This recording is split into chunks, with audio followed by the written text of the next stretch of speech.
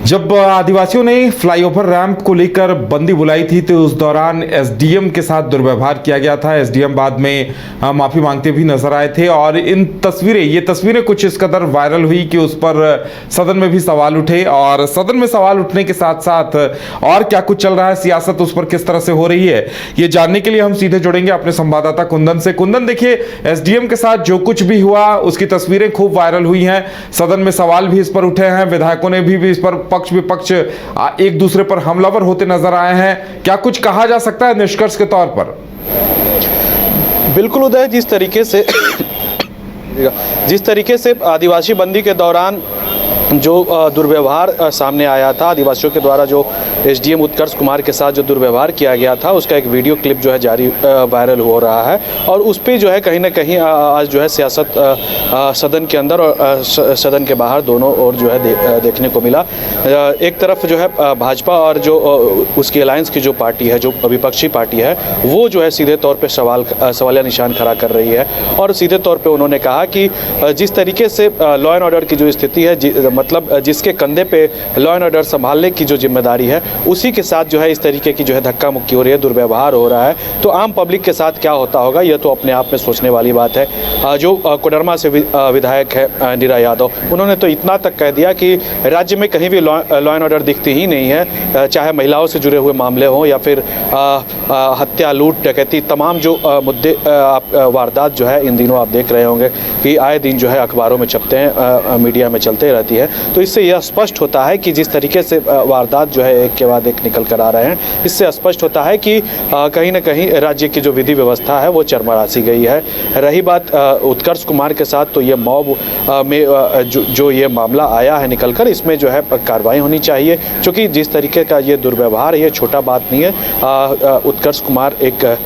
पद पे बने हुए हैं और ऐसे पद पे बने हुए हैं जिनके ऊपर बहुत बड़ी जवाबदेही है। वहीं अगर हम बात करें तो जो विपक्षी पार्टियों का जो जवाब है वो सीधे तौर पे जो सत्ताधारी दल है वो भी देते हुए दिखाई दिए। सीधे तौर पे कहीं ना कहीं जो योगेंद्र प्रसाद जो मंत्री हैं, उन्होंने कहा कि यह मामला संज्ञान में आया है। साथ ही योगेंद्र साहु के अलावा जो है बहुत सारे ऐसे विधायक भी जो है इसमें जो है हमें बढ़ते हुए दिखाई दिए। उन्होंने कहा कि यह मामला संज्ञान में आया है और इसकी जांच जो है की जा रही है और उचित जो है इस पर कार्रवाई किया जाएगा। लेकिन देखना यह होगा कि गलती किसकी है और क्या कुछ मामला था, इन सभी चीज़ों को जो है देखना पड़ेगा। लेकिन उदय, सबसे जो बड़ी बात है, चूँकि जो उत्कर्ष कुमार जो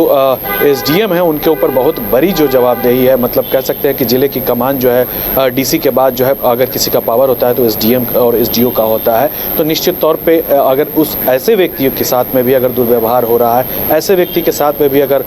भीड़ का जो अमानवीय चेहरा है देखने को मिला, तो उससे यह स्पष्ट होता है कि जो आम पब्लिक है उसके साथ क्या कुछ हुआ होगा। उदय,